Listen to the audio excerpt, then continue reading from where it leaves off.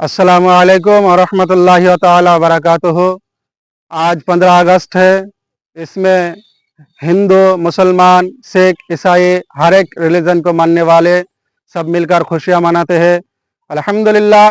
मगर इसी के बीच में कुछ अंधभक्त, नालायक, जाहिल ऐसे आदमी हैं जो कहते हैं कि इस मुल्क को आज़ादी करने में, आज़ादी दिलाने में मुसलमान का क्या रोल रहा, मुसलमानों का क्या हाथ है। तो आज इंशाल्लाह उन सब अंधभक्तों को today I will reply to all of अंधभक्त, and today I would like to speech about some Muslim freedom fighters. आज मैं थोड़ी बहुत मुस्लिम फ्रीडम फाइटर्स के बारे में बताऊंगा कि हिंदुस्तान को आज़ादी दिलाने के लिए मुसलमानों का कुछ रोल रहा था कि नहीं। अगर हिस्ट्री आप पढ़ेंगे तो उसमें मिलेंगे कि जैसे मुसलमान इस हिंदुस्तान को आज़ादी दिलाने में बहुत आगे आ चुके थे। जैसे उसमें से आबिद हसन सफरानी, टीपू सुल्तान, सिराजुद्दौला, इनायतुल्ला, अब्बासुल्ला, अब्दुल्ला, अब्दुल कादिर, हाजी इमदादुल्ला, इस तरह के बहुत सारे मुसलमान हिंदुस्तान को हिफाजत करने के लिए, मुल्क को आज़ादी दिलाने के लिए आगे आए थे, और यहाँ तक के बहुत सारे मुसलमान शहीद भी हो गए थे।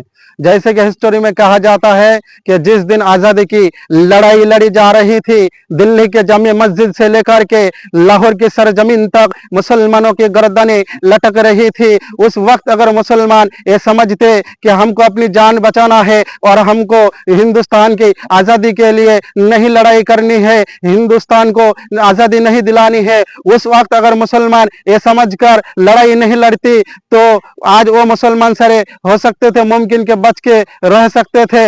मगर वो मुसलमान तब उस वक्त ये मुनासिब नहीं समझा, बल्कि मुसलमानों ने ये समझा कि हम अपनी गर्दन तो कटा देंगे मगर इस मुल्क के साथ कभी गद्दारी नहीं करेंगे, क्योंकि हमारे आका मोहम्मद सल्लल्लाहु अलैहि वसल्लम का फरमान है, ए मुसलमानों, तुम जिस देश में भी रहो उस देश के साथ मोहब्बत करो, उस देश के साथ मोहब्बत करना तुम्हारा ईमान है। इसीलिए आज भी अल्हम्दुलिल्लाह हिंदुस्तान के मुसलमान अगर हिंदुस्तान पर कुछ नफरती चिंटू आगे आएगा, अगर हिंदुस्तान को तोड़ने की कोशिश करेगा तो अल्हम्दुलिल्लाह मुसलमान आज भी अपनी गर्दन को कटा देंगे, लेकिन देश के साथ कभी गद्दारी नहीं करेंगे, क्योंकि हम वो मुसलमान है। जब देश को आजादी दिलाने के लिए लड़ाई जा रही थी, उस वक्त मुसलमान सारे मिलकर अपनी गर्दन को कटा दिए थे, लेकिन देश के साथ कभी गद्दारी नहीं किया। जैसे कि उसमें से आबिद हसन सफरानी, इनके बारे में कहा जाता है वाज द आबिद हसन सफरानी, तो कहा जाता है कि आबिद हसन सफरानी एज इंडियन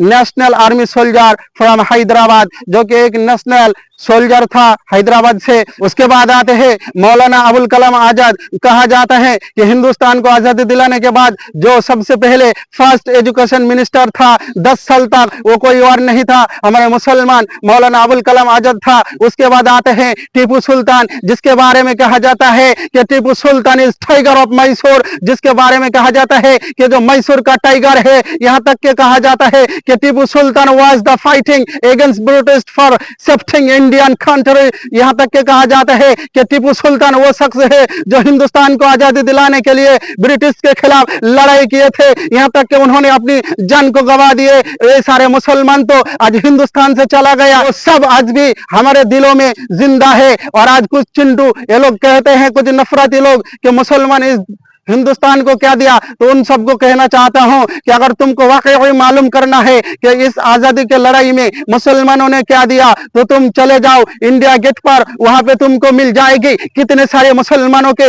नाम वहां पर लिखा हुआ है कि इतने सारे मुसलमान देश को आजादी दिलाने के लिए लड़ाई जब लड़ी जा रही थी, सारे मुसलमान मिलकर देश को आजादी दिलाने के लिए यहाँ तक के शहीद हो गए, लेकिन पीछे नहीं हटे। वो सारे मुसलमान हमारे दिल में आज भी जिंदा है, हिंदू भी जिंदा है, ईसाई भी जिंदा है। सारे मिलकर जितने भी रिलीजन के मानने वाले थे सब मिलकर देश की आजादी किया, मगर हम ही मुसलमानों को वो लोग जो है टारगेट करते हैं और कहते हैं कि मुसलमानों ने क्या दिया। उन सब से ये कहना चाहता हूं, तुम ये तो बता दो जो हिंदुस्तान के सारे फेमस चीजें हैं, जैसे ताजमहल है, लाल किला है, कुतुब मीनार है, चार मीनार है, ये सब सारी चीजें किसने बनाई? ये सारी चीजें हिंदुस्तान को किसने दिलाई? ये किसी तुम्हारे बाप की बनाई हुई चीज नहीं है, ये सारी चीजें हमारे मुसलमान की दी हुई है, सारी चीज हमारे मुसलमानों ने बनाई है।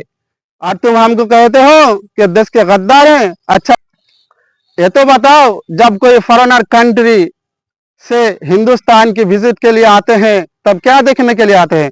ताजमहल को देखने के लिए आते हैं, लाल किला को देखने के लिए आते हैं, कुतुब मीनार को देखने के लिए आते हैं, चार मीनार को देखने के लिए आते हैं। और ये सारी चीज तो हम मुसलमानों ने, हमारे बाप दादा ने ही तो बनाए थे।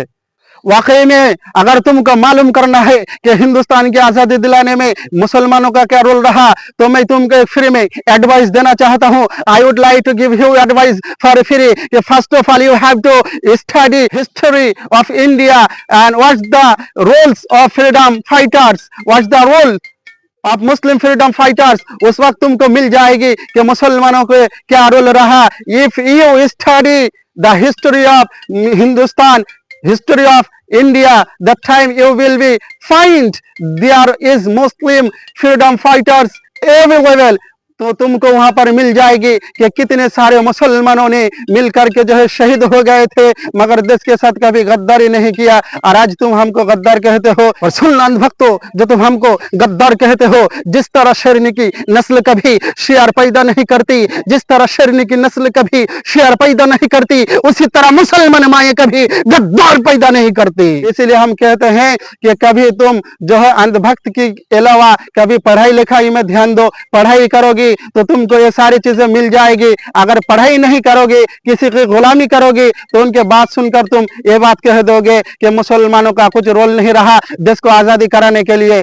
और जो कहता है कि मुसलमानों ने हिंदुस्तान को क्या दिया, तो उससे मैं कहना चाहता हूं, ये तो बताओ कि who is the first missile man of India. India को सबसे पहले मिसाइल बनाकर किसने दिया था? तो उस वक्त अगर तुम गूगल में भी सर्च करोगे तो गूगल में ये तुमको रिप्लाई देगा, the first missile man of India APJ Abdul Kalam. ये तो बताओ, जिसने हमको मिसाइल बना कर दिया था हिंदुस्तान में, वो कौन था? वो कौन से मजहब को मानने वाला था? वो कौन सा मजहबी था? वो कोई हिंदू नहीं था, कोई सिख नहीं था, कोई ईसाई नहीं था, कोई बुद्ध नहीं था, वो भी एक मुसलमान था, एपीजे अब्दुल कलाम, जिन्होंने हम हिंदुस्तान को मिसाइल बना करके दी थी। इसीलिए मैं एक छोटा सा लिटिल मैसेज देना चाहता हूं सारे हिंदुस्तान के भाइयों को, जो कि हिंदू हो, मुसलमान हो, ईसाई हो, सिख हो, सारे मिलकर हिंदुस्तान में भाई की तरह रहे। और हम अल्लाह से दुआ करते हैं कि अल्लाह हिंदुस्तान के तमाम आवाम को मिलकर जैसे एक भाई दूसरे भाई की तरह रहते हैं, इसी तरह हम सारे हिंदुस्तान को भाई की तरह मोहब्बत करने की तौफीक अता कर, और हमारे हिंदुस्तान को